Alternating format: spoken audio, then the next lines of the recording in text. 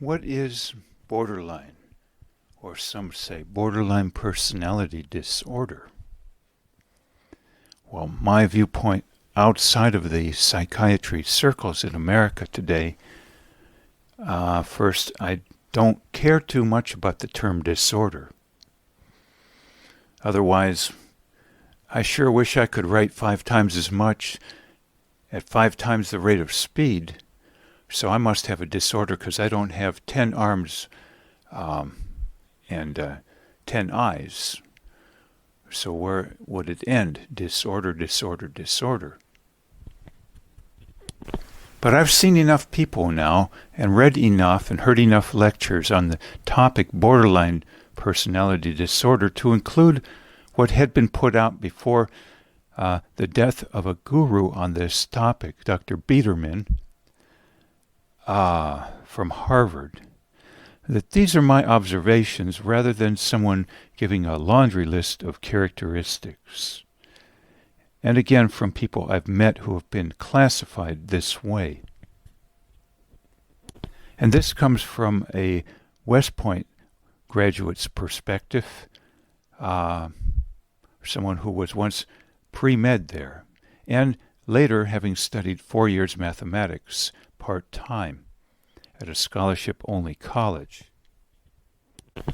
Well, it strikes me that the so-called borderline person is the person given to not being able to cope with life, especially modern life, its complexities and personalities, especially, whether it's the complaint things are too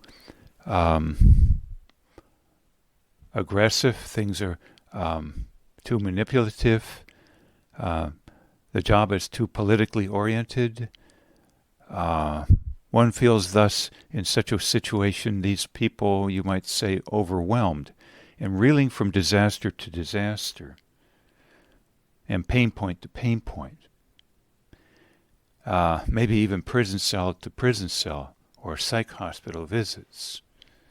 And so I've seen then various shows, writings, and observations on what happens as a result. Lots of blame shifting, rage at times, claims of unfairness and injustice, wanting revenge as part of the rage, drug use, alcohol use, numbing drugs as per psychiatric medications long-term, and lots of them, and at high doses, isolating, and uses of religion to feel that this is going to be tolerable because you're going to have a golden parachute of pleasures after death, and those who seemingly wronged you will be severely punished, to say the least. This isolating can be physical, or it can be, you might say, thought-based, in that they sleep a lot also. Or maybe they are, quote, depressed, and so their brain is numbed that way. So how is it they can't be empowered? How is it they can't come to conclude ways that they can feel safe on an everyday level? And thus, it not being, in my opinion, a matter of genetics, basically speaking, unless, of course, we're talking the genetic factor of being a female or a male who is frail, say, like many an ectomorph, or sometimes if short. Alternatively, I've met enough people who are short and had plenty of problems too. But I like the term getting empowered. But how do you get empowered if you are so frightened of certain circumstances or so overwhelmed that your response is to deny those threats, those problems, and do something like isolating or drug use or blaming constantly, such that you can't even realize the problem at hand and deny that life is not peachy keen. And here are some observations I have as to why a person might tend to deny threats or very uncomfortable situations. First, there's this phrase, it takes money to make money. Well, I would say probably it takes a certain number of factors to grow in general. It takes a good education, quality K through 12, and a certain amount of safety in one's environment, so one isn't so feeling threatened that one is high on edge and anxiety and can't concentrate or remember well. Also, one feels much safer, I would say, if one is of robust physical condition, rather again than frail or maybe shortness as a subcomponent of being frail.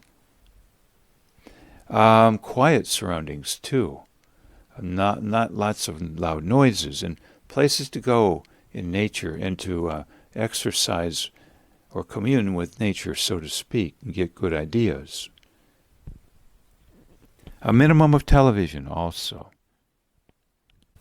So repeatedly I have seen problems if someone has what you might call a low IQ in terms of being able to handle complexity. They probably usually studied little math, or if they studied math, it was just memorizing matters, as if taking an iPhone and taking a picture of every page in an encyclopedia. Little science study also. So right from the get-go, little ability to handle complexity. Next, poor vocabulary skills. In terms of not just the terms available to differentiate various things, but to do so respectfully. You can have a variety of terms, say, to differentiate what you call threats, but they can be epithets or the equivalent, and generate either anger in oneself or disrespect toward others, and thus poor relations. This seems, in my mind, to play out so frequently in immigrants or those in certain poor economic situations, and certain genders even, and certain subpopulations race-wise. Next, it appears to me they typically have little time to observe, note-take, review what they've observed and taken notes of, study in general, read thus, plan, and just generally grow then. Let alone discussing things with others too, of a variety of situations. Another factor yet, toxic environments, including toxic city environments or urban environments, jobs that pay little, have stressful bosses, customers that stress you out, no chance to talk with customers, or too isolated, or too chaotic and being rushed, often by efficiency experts, or not being able to speak and be what you are. And did I mention low pay? Not enough to pay the bills and get quality housing, quality neighborhoods, decent medical care, decent transportation, and so on a reliable basis. Thus always jumping through hoops to pay bills too. So Dr. Biederman, in a lecture I once heard him give before his death, naturally, said he used to think, or did think, genetics played a large factor in what he called borderline personality disorder, and then halfway through the lecture he stated, contrary-wise, that his experience was if you take a person out of a difficult situation, they will suddenly transform. Well, then isn't this why those on a battlefield who have incurred what they call PTSD are taken theoretically off the battlefield to heal to a better environment?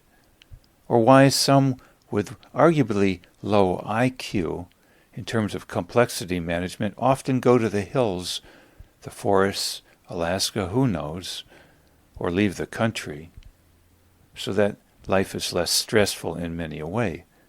And they can see things coming, so to speak, from a distance, and react more slowly, and life is more slow. And housing, less expensive, and doesn't have to be as upscale to keep up with the Joneses or zoning laws. So, Biederman has, again, he said he's observed remarkable changes in someone overnight if you take them out of a toxic or the environment they were once in. I would say if they're overwhelmed thus and really can't get a firm footing, naturally they're going to be what you might call reactive, use rage at times, blame shifting, seem, quote, paranoid, and use lots of religion to say that, well, it will someday be far better in a maximal way. My thoughts then on this idea, termed borderline personality disorder.